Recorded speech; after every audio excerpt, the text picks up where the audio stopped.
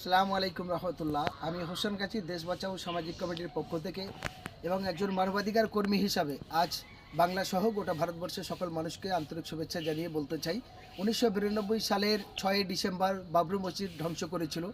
এই ঘটনার কেন্দ্র করে আরএসএস বিজেপিকে আমরা ধিক্কার এবং নিন্দার জানিয়ে তার সাথে সাথে পার্শ্ববর্তী দেশে বাংলাদেশ নিয়ে ভারতবর্ষের আরএসএস বিজেপিরা যেভাবে হাসিনার পাশে দাঁড়িয়ে দেশকে উত্তপ্ত ভাব তৈরি করছে, যে চিন্ময়ের জন্য করছে, সেই চিন্ময় ছোট্ট ছোট্ট বাচ্চা মেয়েদের জীবন নিয়ে ছিনিমিনি খেলে। এমনকি তার বহু ভিডিও ভাইরাল হয়েছে, প্রকাশ্য বাসের মধ্যে সে নোংরামি শুরু করেছে, আর তার নিয়ে তারা আন্দোলন করছে। এর জন্য আমরা তীব্র বিরোধিতা জানিয়ে আজকে গোটা ভারতবর্ষকে আজ দিনকে 1992 সালে 6 ডিসেম্বর, আজ সেই 6 ডিসেম্বর এই দিনটাকে কালা দিবস হিসেবে আমি হোসেন গাজী পালন করছি। আপনারাও পালন করুন, গোটা ভারতবর্ষের মানুষ এই দিনটাকে কালা দিবস পালন করুন। তার সাথে সাথে আরেকটি অনুরোধ, 10ই ডিসেম্বর আন্তর্জাতিক মানবাধিকার দিবস। এই দিনকে সূর্যপুর ঘাট